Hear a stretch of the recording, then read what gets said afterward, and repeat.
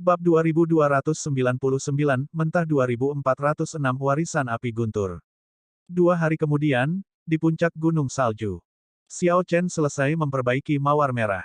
Ketika dia membuka matanya, Dao Might yang datang darinya melonjak. Lapisan pertama, lapisan kedua, lapisan ketiga, lapisan keempat. Ice Grid Dao Xiao Chen meningkat 2 lapisan, mencapai lapisan keempat. Warisan es membawa manfaat tak terbatas, jauh melebihi harapan Xiao Chen dan sangat menguntungkannya. Matanya menunjukkan pemandangan yang dipenuhi banyak bunga. Salju tebal mulai turun di hadapannya. Dengan pikiran, Dao Might yang terpancar berubah menjadi cahaya dingin yang mundur. Cahaya dingin menyatu menjadi mawar merah cerah di tangannya.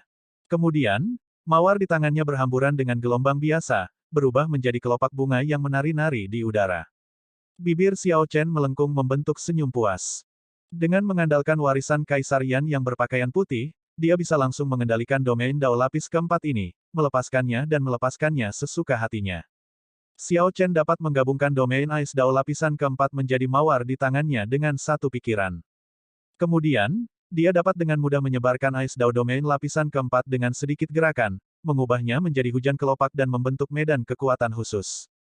Sudah waktunya untuk mencari warisan lainnya. Advertisement. Setelah merasakan manfaatnya, Xiao Chen memutuskan untuk melipat gandakan usahanya, terus mencari warisan. Entah Xiao Chen tidak pergi mencari, atau jika dia melakukannya, dia akan mencari warisan kelas superior. Dengan begitu, dia akan mendapat banyak manfaat. Namun, akan sulit untuk menghindari pertempuran besar nanti.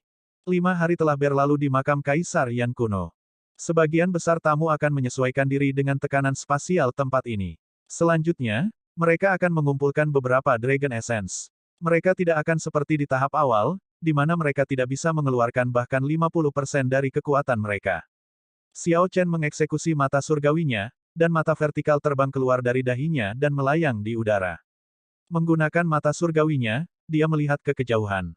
Dia bisa melihat banyak adegan yang orang lain tidak bisa.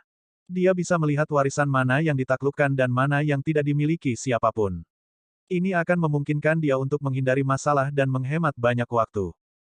Setelah beberapa saat, Xiao Chen menarik mata surgawinya. Kemudian, dia meraih potongan batu giok dan memeriksa peta makam Kaisar Yan kuno. Kaisar Yan masa lalu meninggalkan warisan di makam Kaisar Yan kuno. Semakin dekat ke pusat, semakin berbahaya. Namun, nilai warisan akan meningkat seiring dengan itu. Yang paling penting, binatang buas lokal bahkan lebih kuat. Selain ini, ada banyak tanah terlarang lainnya di makam Kaisar Yan kuno. Kunjungi novelringan.com untuk pengalaman membaca novel terbaik. Apa yang disebut tanah terlarang ini adalah tempat yang bahkan kuil leluhur kekaisaran tidak tahu. Seseorang kemungkinan besar akan mati setelah masuk. Kemana aku harus pergi? Tidak seperti strip giok pangeran, strip giok Xiao Chen tidak mengandung banyak informasi tambahan. Misalnya, pangeran pertama tahu tentang warisan kelas superior yang tidak diketahui orang lain dan dapat dengan mudah dipilih. Itu tidak mudah bagi Xiao Chen. Pilihan Xiao Chen akan sangat penting. Ini dia, target, warisan api guntur. Sebelumnya, saya melihat beberapa tamu pangeran keluar dari sana dengan ekspresi putus asa. Mereka pasti gagal menaklukkannya. Menggunakan informasi dari mata surgawi, Xiao Chen membuat pilihannya. Semua kaisar Yan di masa lalu dinasti Yan Wu adalah pendekar pedang, dan kebanyakan dari mereka ahli dengan dao api. Beberapa kaisar Yan yang jenius menangkap 2 grid dao secara bersamaan dan bahkan dapat menggabungkan mereka dengan sempurna.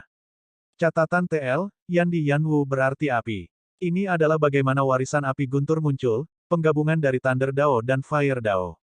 Herring darah iblis muncul. Xiao Chen melompat ke udara dan mendarat di atasnya. 4 hari kemudian, warisan api guntur muncul dalam visi Xiao Chen. Di permukaan, itu adalah istana megah. Ada banyak tanda pertempuran di dekatnya. Jelas, api guntur ini adalah sepotong daging yang gemuk dengan beberapa pangeran yang menargetkannya. Namun, sepertinya itu adalah tulang yang sulit untuk dikunyah. Awan petir menutupi langit di atas istana. Sesekali petir menyambar. Ketika petir mendarat, ia langsung terbakar, karenanya 5.000 km tanah hangus di sekitar istana.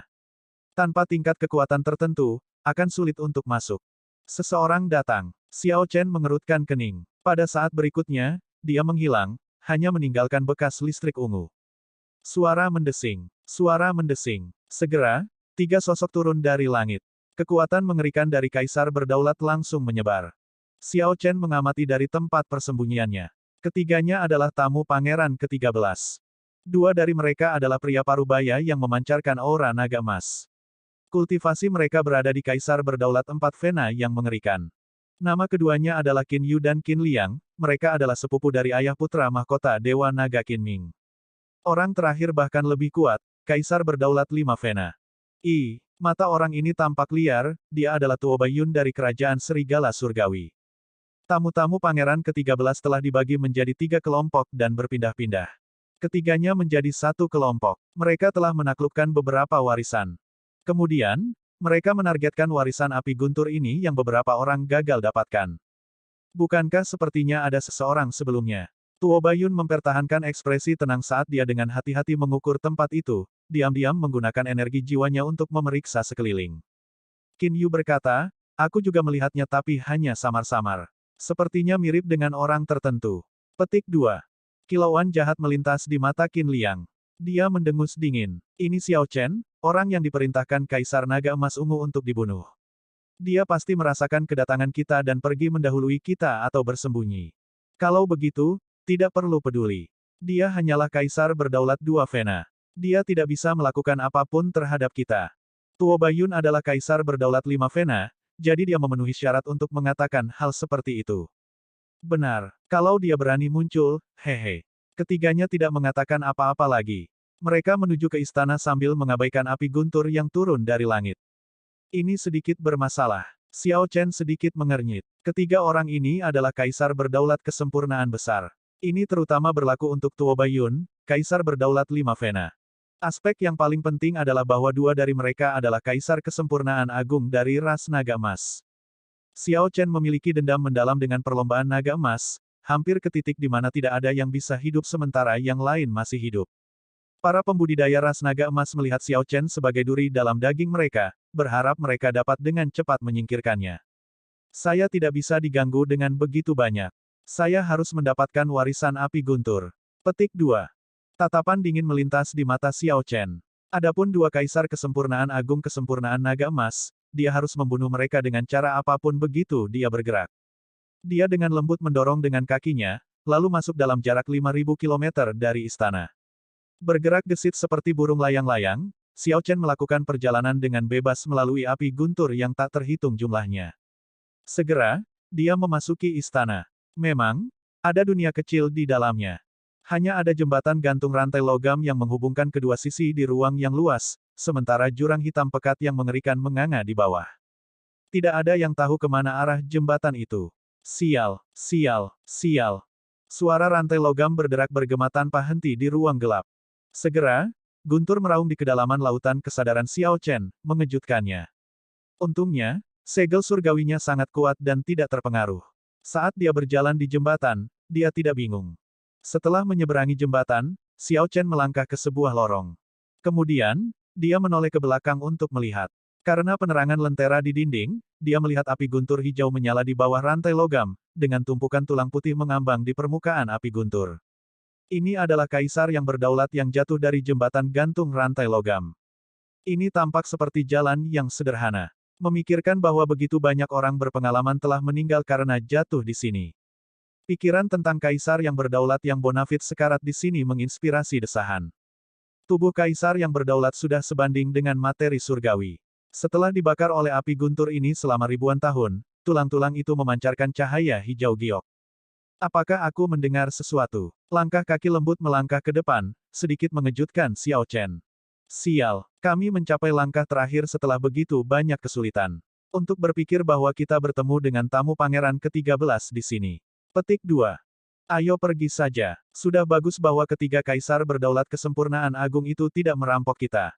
Petik 2. Hehe, saya kira itu karena mereka telah menaklukkan banyak warisan, jadi mereka tidak peduli dengan apa yang kita miliki. Petik 2. Setelah beberapa saat, sekelompok orang muncul di depan Xiao Chen. Orang-orang ini menunjukkan ekspresi sedih, tampak sangat kesal. Ada beberapa orang dalam kelompok itu, setidaknya 10. Mereka mungkin menemukan mencoba warisan ini secara individu terlalu sulit dan memilih untuk bekerja sama setelah gagal, meskipun menjadi tamu dari pangeran yang berbeda. Siapa yang tahu bahwa mereka akan bertemu Tuo Baiyun dan dua lainnya dan diusir. Sebelum kekuatan absolut, mereka tidak punya pilihan selain tunduk.